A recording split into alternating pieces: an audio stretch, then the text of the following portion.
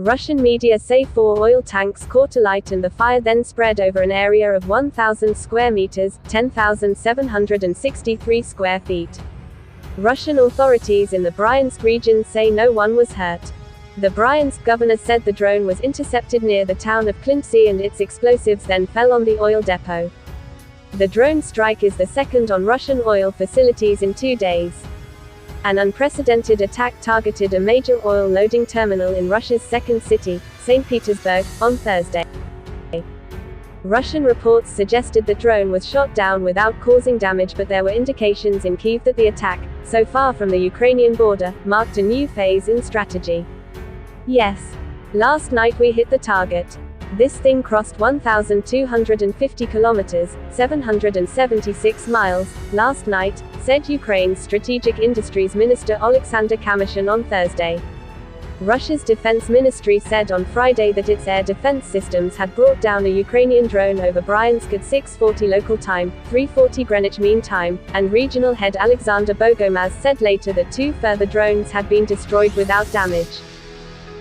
As the fire raged for several hours at the Klintsy oil depot some 70 kilometers north of the Ukrainian border, black smoke was seen billowing over neighboring railway tracks. More than 30 people were evacuated, the governor added. There were also reports of a drone strike on a gunpowder factory near the city of Tambov, hundreds of kilometers northeast of the Ukrainian border. A source at Ukraine's main intelligence directorate told media in Kyiv there would be further attacks on military targets inside Russia, as most of its air defense and electronic warfare systems had been concentrated in occupied parts of Ukraine.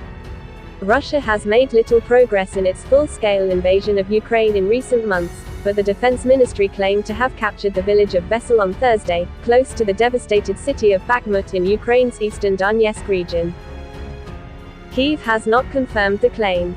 Ukraine has warned repeatedly that its army is facing severe ammunition shortages, but has set a target of producing 1 million drones domestically this year.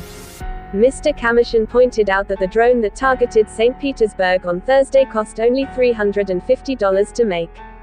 Meanwhile, German Defense Minister Boris Pistorius has become the latest senior European figure to warn that Russia could seek to expand its war with Ukraine to a NATO member state in the coming years.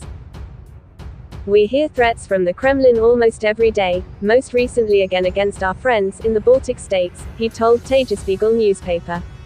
Our experts calculate that in a period of 5 to 8 years it could be possible, he said, adding that he wanted to shake up German society so that the Bundeswehr, Germany's military, would become war-ready.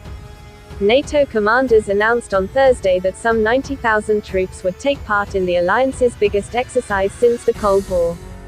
Steadfast Defender begins next week and will continue until May, involving all 31 member states and Sweden, which is set to join the alliance in the coming months. Sweden's military chief and its civil defense minister both issued a warning this month to prepare for the possibility of war. My ambition with this is not to worry people. My ambition is to get more people to think about their own situation and their own responsibilities, Commander-in-Chief Gen. Mikhail Biden explained. Last October, a report by the German Council on Foreign Relations warned that once the Kremlin halted intensive fighting in Ukraine, Moscow may need as little as 6 to 10 years to reconstitute its armed forces, and the NATO alliance would have been prepared to fend off a Russian attack.